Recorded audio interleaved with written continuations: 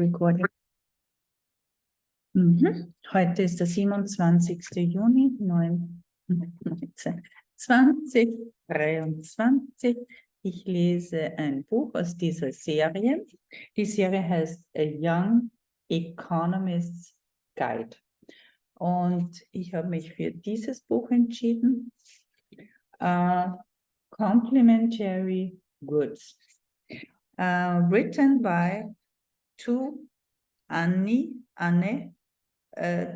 Tweinney and illustrated by Danyel Maxin Santos. Und an der ersten Seite wird erklärt, was Complementary Goods sind. Ich lese es sehr langsam, damit man das gut mitdenken kann. Complementary goods are two or more products for which an increase or decrease in demand for one leads to an increase or decrease in demand for the other. Okay, complementary. And the story is about Copper, the camel, and Smackers, the fox, decide to open a popcorn stand because they have been friends forever. They are very excited about the new business.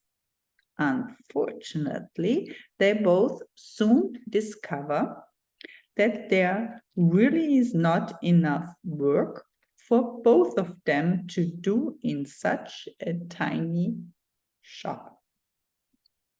When Copper sees that the storefront next door is up for sale, she realizes that she wants out of the popcorn business so that she can try something on her own. But how will she break the news to Smackers?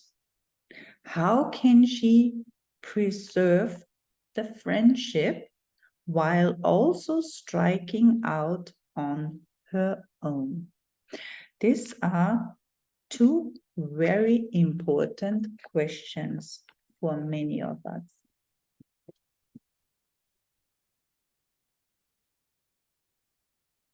Two friends were strolling down Shillingford blocks. I love this, Shillingford blocks. Copper the camel and Smackers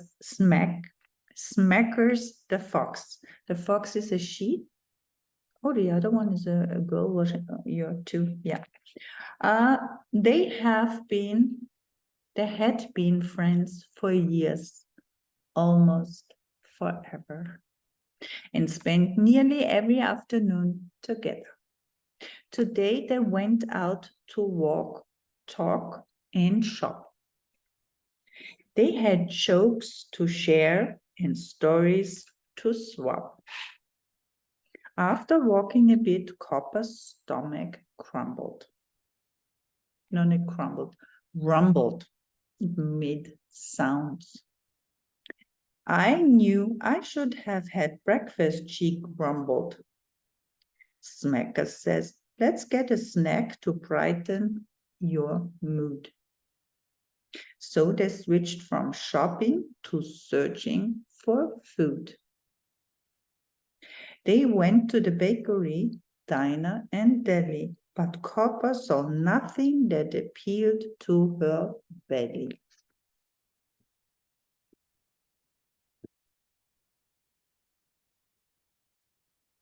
I wish I had popcorn, Copper said with a grin. Yeah, shouted Smackers, I could eat a whole bin. The friends had great memories of sharing this snack. In school, one always had a stash in her pack. Too bad you can't buy it in any of these stores.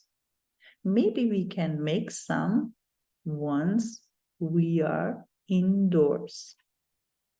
Copper smiled and shouted, "That's brilliant. Wow, this town needs us to open a popcorn stand now. We will sell tasty popcorn, both salty and sweet, for snack-loving folks strolling down the street." Smacker said, "We'll carry sizes from jumbo to small. Let's head home to plan. We'll give this our all." So they went home. "To make popcorn," said Hopper, "we'll need the best kernel." Smackers nodded and pointed to the Schillingford Journal. We also need a great popcorn store space. This paper has listings. Let's find us a place. The two of them knew that with hard work and funding, their dream store soon would be set up and running. "We will call it Poppers. Let's talk plans and prices. We will need boxes and salt and butter and spices." And here it is, the opening of Poppers. They agreed that they wanted the opening to be grand. On the day that they launched their new popcorn stand, balloons and games and music and free samples galore were a fine way to celebrate the first day of their store. They both cut the ribbon with a huge pair of scissors,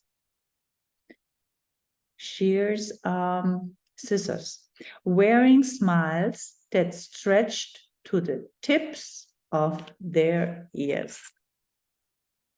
Someone notes 2 pages. But while things started fine, all was not well. There was more to the store than popcorn to sell. As time went by, their excitement soon faded. The friends began feeling just a bit jaded. Eating popcorn was great, but making it was not. The small store was crowded and often quite hot, and because the shop had so little space, Copper often hit Smackers right in the face. They found they were always bumping into one another while popping the corn and melting the butter. And here the story goes on. And while Copper had thought the stand would be fun, it seemed there was only enough work for one. Copper wanted to help, but she felt in the way, so she often just sat and ate popcorn all day. Smacker snapped, "I'm popping and cleaning up. I do everything here, and I am no young pup." Copper said, "I want this to work. I promise it's true, but I don't think this place is big enough for us two." Copper felt sad because she could not chip in. The business just wasn't all she wished it had been. She daydreamed about opening her own store where she wouldn't be in Smacker's way anymore. At her own store, she'd pop kernels up by the barrel and not put her friendship with Smacker's in peril. Let's see what happens next. There's a foreign sign. As Copper walked home from the stand, tired and spent. She saw a storefront next door that looked like it was for rent. She thought to herself, my dream could come true.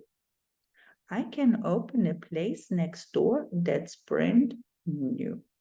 Copper loved Smackers, but their friendship was a mess. The store had cost nothing but fighting and stress. Maybe she should open a store of her own.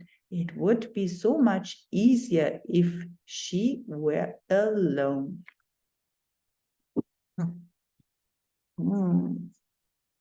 Look at her.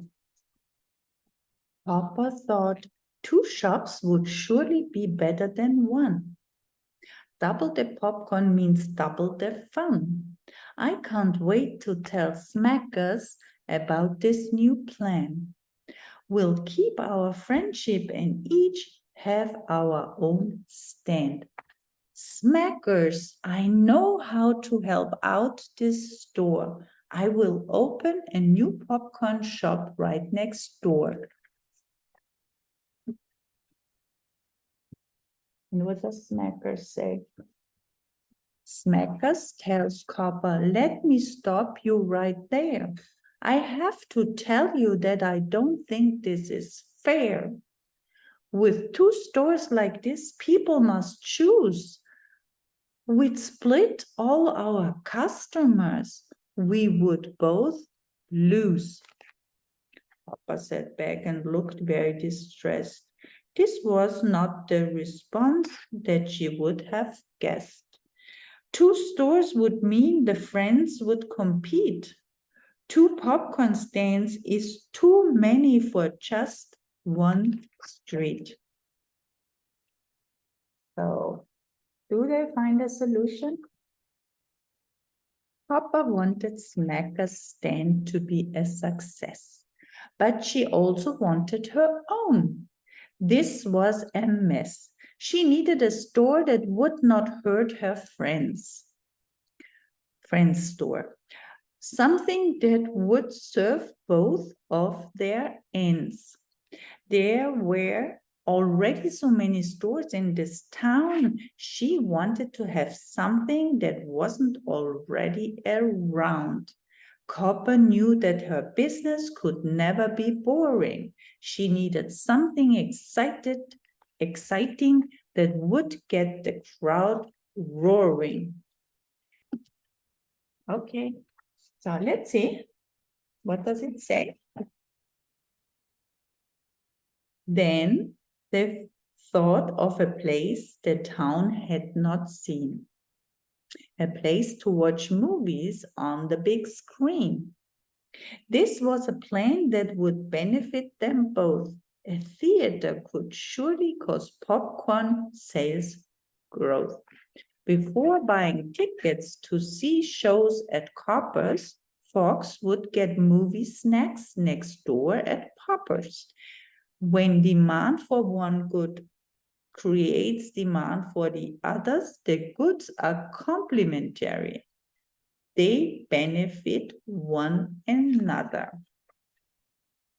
So let's see. It's Popper's. So Copper began a new chapter of life. She opened the theater and ended the strife. Copper's moviegoers always get snacks from her pal. Their partnership boosts profits and their morale.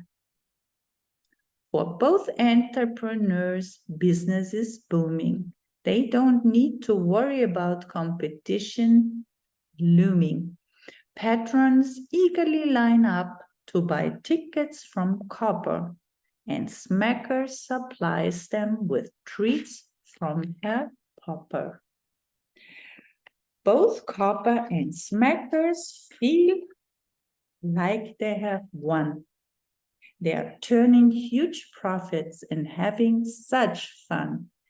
But even more important than huge dividends, Smackers and Copper are still the best friends. For Copper and Smackers, a lesson lesson has been learned. Businesses should complement if money is to be earned. That's the end. This book belongs to the bookshops in Midtown Atlanta, and I will return it soon. I'm ending my meeting. I'm ending the meeting for all, and see you on the next YouTube. I have 3 more books to read from this series. Bye.